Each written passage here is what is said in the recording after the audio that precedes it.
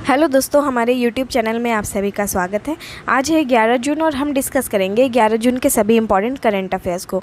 दोस्तों, ये current affairs हमारे आने वाले सभी एग्जाम्स, चाहे वो यूपीएससी हो, स्टेट पीसीएस हो, एसएससी, रेलवे, बैंक या फिर बिहार सरकार के द्वारा आयोजित की जाने वाली सभी परीक्षाओं में काफ़ी महत्वपूर्ण रोल प्ले करते हैं। तो इसलिए दोस्तों हम इनकी डीपली एनालिसिस करेंगे ताकि हम सारे क्वेश्चंस को आसानी से टैकल कर पाए। तो चलिए हम स्टार्ट करते हैं आज के पहले प्रश्न के साथ। दोस्तों, हमारा आज का पहला प्रश्न है, जून 2022 में कौन सा देश विशेष आसियान भारत विदेश मंत्रियों की बैठक की मेज़बानी करेगा? तो दोस्तों यहाँ ऑप्शन है थाईलैंड, इंडोनेशिया, वियतनाम या भारत। राइट आंसर है ऑप्शन नंबर डी, यानी कि भारत आसियान भारत विदेश मंत्रियों की बैठक की मेज़बानी करने जा रहा है। और यह कब आयोजित की जाएगी? तो 16 से 17 जून 2022 को न्यू दिल्ली में आयोजित की जाएगी और यह भारत आसियान संबंधों के 30वीं वर्षगांठ को सेलिब्रेट किया जाएगा। इस दिन दोस्तों हमारे भारत की तरफ से एस जयशंकर जी और उसके अलावा आसियान मंत्री इसमें शामिल होंगे। आसियान का मुख्यालय जकार्ता, इंडोनेशिया में है। इसकी स्थापना 8 अगस्त 1967 को बैंकॉक, थाईलैंड में हुई थी। और इसके साथ ही इसके संस्थापक सदस्यों में Narciso Ramos, Abdul Razak Hussein, S Rajaratnam, Adam Malik और थानम खोनम है। चलिए, इसके सदस्य राष्ट्रों में कौन कौन शामिल है? तो Thailand, Singapore, Vietnam, Laos, Indonesia, Myanmar, Philippines, Brunei, Malaysia और कंबोडिया इसके सदस्य देश हैं।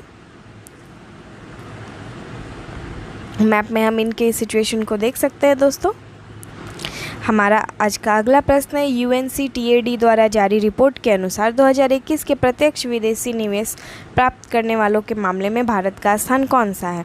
ऑप्शन है छठा, 7वां, 11वां या 9वां।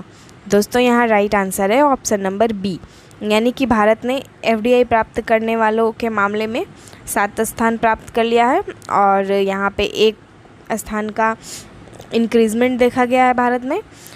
हम देखेंगे कि यहाँ पे नंबर 1 पर कौन है, तो अमेरिका 367 अरब डॉलर के साथ नंबर 1 पे है और साथ ही चाइना दूसरे नंबर पे है 181 अरब डॉलर के साथ और हांगकांग तीसरे नंबर पे है 141 अरब डॉलर के साथ।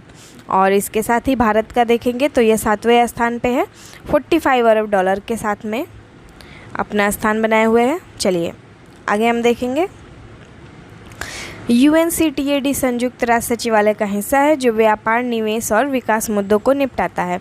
इसका मुख्यालय जेनेवा, स्विट्जरलैंड में है और इसकी स्थापना 30 दिसंबर 1964 को हुई है। हम देखेंगे कि इसके महासचिव कौन है, रेबेका ग्रीनस्पैन। तो दोस्तों आप लोग इनको आसानी से ग्रीनस्पैन के नाम से याद रख सकते हैं। दोस्तों हम साथ ही में कुछ रिवीजन भी करते चलेंगे। तो 2022 में हेनले पासपोर्ट इंडेक्स में भारत का स्थान 83 है। विश्व प्रेस स्वतंत्रता सूचकांक में 150 है। विश्व खुशहाली सूचकांक में 136 है और अंतर्राष्ट्रीय बौद्धिक संपदा सूचकांक में 43 है। इसके साथ ही विश्व प्रसन्नता रिपोर्ट यानी वर्ल्ड हैप्पीनेस इंडेक्स में भारत का स्थान 136 है। दोस्तों आज का हमारा अगला प्रश्न है, भारतीय राष्ट्रीय राजमार्ग प्राधिकरण ने हाल ही में 105 घंटे में कितने किलोमीटर की लंबी सड़क बनाकर गिनीज वर्ल्ड रिकॉर्ड बनाया है? ऑप्शन है 55 किलोमीटर, 65 किलोमीटर, 75 किलोमीटर या 85 किलोमीटर।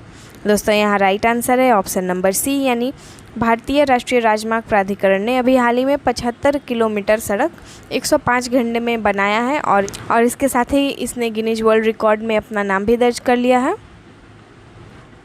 105 घंटे 33 मिनट में पूरी तरह से तैयार हो गया था दोस्तों और यह सबसे लंबी निरंतर बिटुमिनस लेन के लिए गिनीज वर्ल्ड रिकॉर्ड बनाया गया है। इसके साथ ही इस परियोजना को स्वतंत्र सलाहकारों की एक टीम सहित 720 श्रमिकों द्वारा कार्य किया जा रहा था। हम अपने अगले प्रश्न को देखेंगे दोस्तों। अगला प्रश्न है, श्रेयस जी होसुर हाल ही में आयरन मैन ट्रायथॉन को पूरा करने वाले कौन से भारतीय रेलवे अधिकारी बन गए हैं? ऑप्शन है पहला, दूसरा, तीसरा या चौथा। दोस्तों यहाँ राइट आंसर है ऑप्शन नंबर ए, यानी कि श्रेयस जी होसुर आयरन मैन ट्रायथॉन को पूरा करने वाले भारतीय रेलवे के पहले अधिकारी बन गए हैं।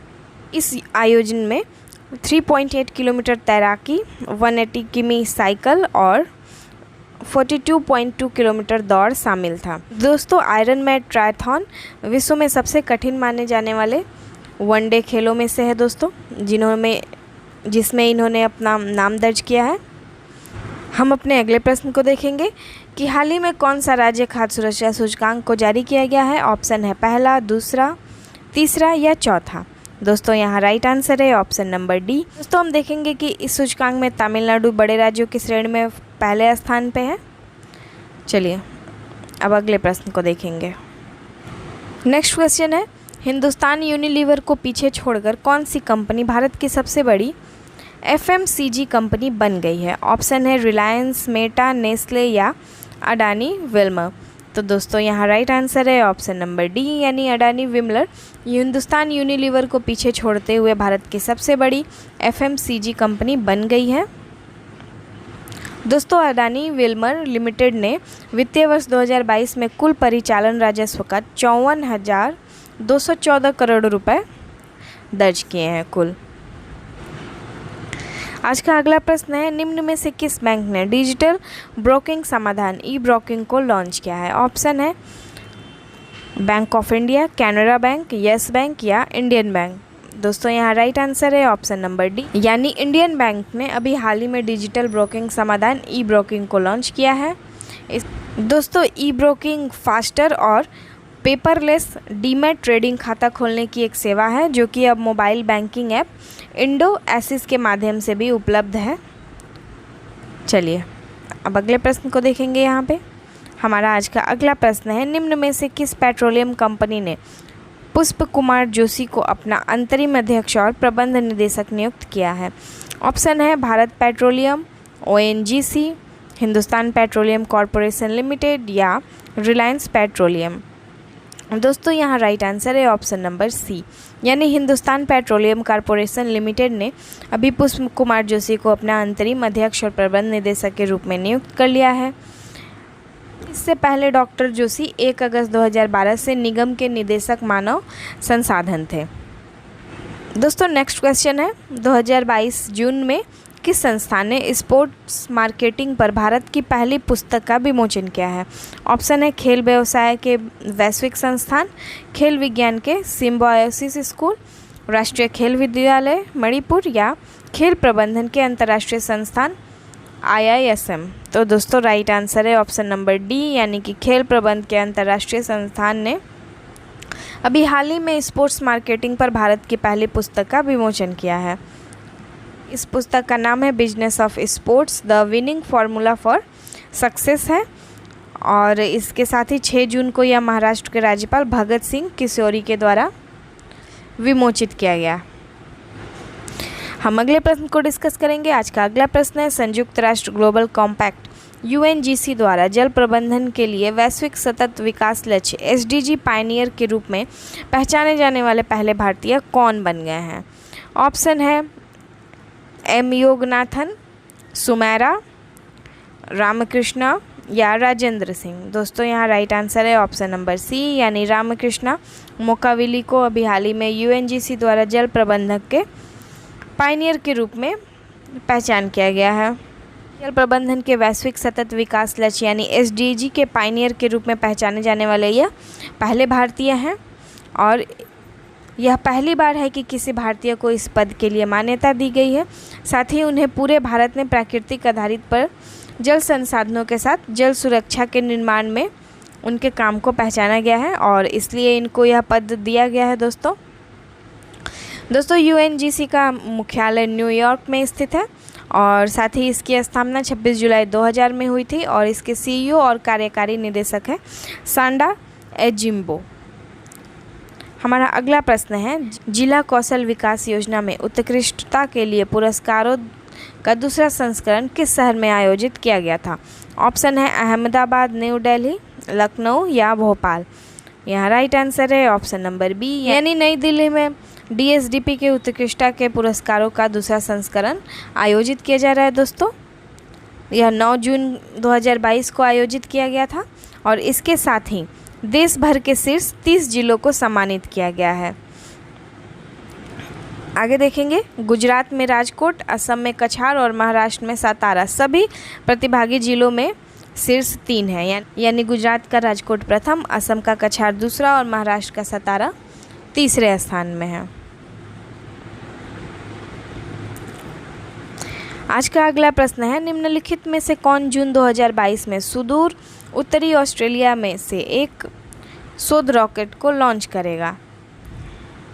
ऑप्शन है नासा, ईएसए, जैक्सा या इसरो।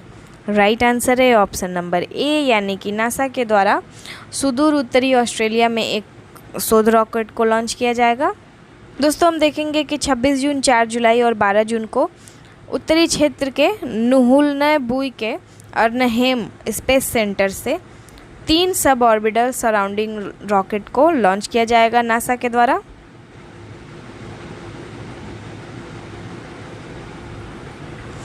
आइए हम देखते हैं नासा के बारे में कुछ एक्स्ट्रा पॉइंट्स को। तो इसका मुख्यालय कहाँ है? वाशिंगटन डीसी में है। संस्थापक ड्वाइट डी आइजनहावर है। इसके साथ ही इसकी स्थापना 1 अक्टूबर 1958 को हुई थी।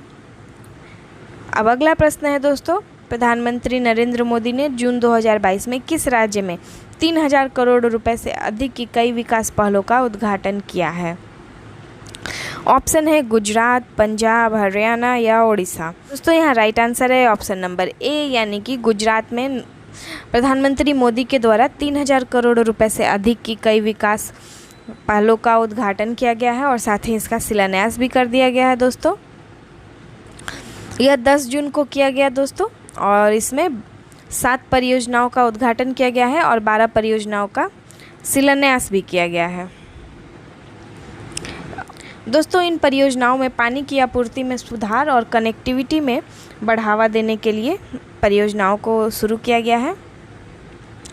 गुजरात में जिलों की संख्या 33 है, लोकसभा की सीटें 26 हैं, राज्यसभा की सीटें 11 हैं। पशु यहाँ पे एशियाई शेर, राजकीय पक्षी ग्रेटर फ्लेमिंगो है और साथ ही यहाँ के राष्ट्रीय उद्यान देखेंगे तो वसंदा राष्ट्रीय उद्यान, ब्लैकबक राष्ट्रीय उद्यान, गिर वन राष्ट्रीय उद्यान या समुद्री राष्ट्रीय उद्यान यहाँ पर स्थित है। दोस्तों हम अपने अगले प्रश्न को डिस्कस करेंगे। जून 2022 में फाइट शतरंज ओलंपियाड के लिए किस राज्य के मुख्यमंत्री ने शुभंकर और थम्बी नाम के लोगों का अनावरण किया है? ऑप्शन है तमिलनाडु, केरल, कर्नाटक या Telangana.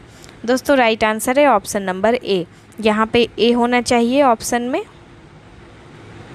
A is the right answer दोस्तों। आइए हम देखते हैं इसके बारे में कुछ एक्स्ट्रा पॉइंट्स। यहाँ के मुख्यमंत्री कौन है? तो यहाँ के मुख्यमंत्री हैं एम.के. स्टालिन, जिन्होंने 10 जून 2022 को चेन्नई में इस ओलंपियाड के लिए शुभंकर और थम्बी नाम के लोगों को लॉन्च किया है। और थम्बी का अर्थ है छोटा भाई और यह अंतर्राष्ट्रीय कार्यक्रम 28 जुलाई से 10 अगस्त 2022 तक चेन्नई के पास मलयालमपुरम में आयोजित किया जाएगा। इसमें 186 देशों के 2000 से अधिक खिलाड़ी भी हिस्सा ले रहे हैं। यहाँ के राज्यपाल है आर.एन. रवि। लोकसभा में सीटों की संख्या 39 है, राज्यसभा में सीटों की संख्या 18 है। राजकीय पशु है नीलगिरी ताहर और इसके साथ ही यहाँ पे पक्षी है कॉमन एमरॉड डव। और यहाँ के उद्यान देखेंगे तो गिंडी राष्ट्रीय उद्यान, मन्नार की खाड़ी राष्ट्रीय उद्यान, इंदिरा गांधी अन्नामलाई राष्ट्रीय उद्यान, मधुमलाई राष्ट्रीय उद्यान और मुकुर्ती राष्ट्रीय उद्यान यहाँ पे शामिल है। और दोस्तों साथ ही तमिलनाडु में ही ड्यूगोंग संरक्षण के लिए भी स्टार्ट किया गया था पाक की खाड़ी में। चलिए अगले प्रश्न को देखेंगे। हमारा अगला प्रश्न है, यूरोपीय सेंट्रल बैंक के 1 दशक के बाद पहली बार कितने प्रतिशत ब्याज दर बढ़ाने का फैसला लिया है? यानी दोस्तों 1 दशक के बाद यहाँ पे ब्याज दरों में बढ़ोतरी की जा रही है। ऑप्शन है 0.10%, 0.35%, 0.25% या 0.20%। यहाँ राइट आंसर है ऑप्शन नंबर सी, यानी कि यूरोपियन सेंट्रल बैंक 0.25% अपने ब्याज दर को बढ़ा रहा है। यहाँ देखेंगे कि 11 साल से अधिक समय में यहाँ पहली बार 0.25% की वृद्धि दर करने की योजना बनाई जा रही है। यहाँ के अध्यक्ष क्रिस्टिन लेगार्ड ने कहा है कि ब्याज दर में वृद्धि जुलाई में की जाएगी। साथ ही हम देखेंगे कि यूरोपीय सेंट्रल बैंक 1 जुलाई को अपने ब्रांड खरीद प्रोत्साहन कार्यक्रम को समाप्त कर रहा है।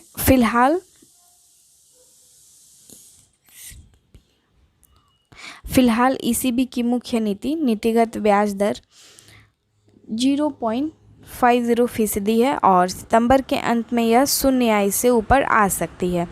केंद्रीय बैंकों ने ऊर्जा की कीमतों में उछाल के कारण बढ़ी हुई मुद्रास्फीति को नियंत्रित करने के लिए ब्याज दर को बढ़ा दिया है।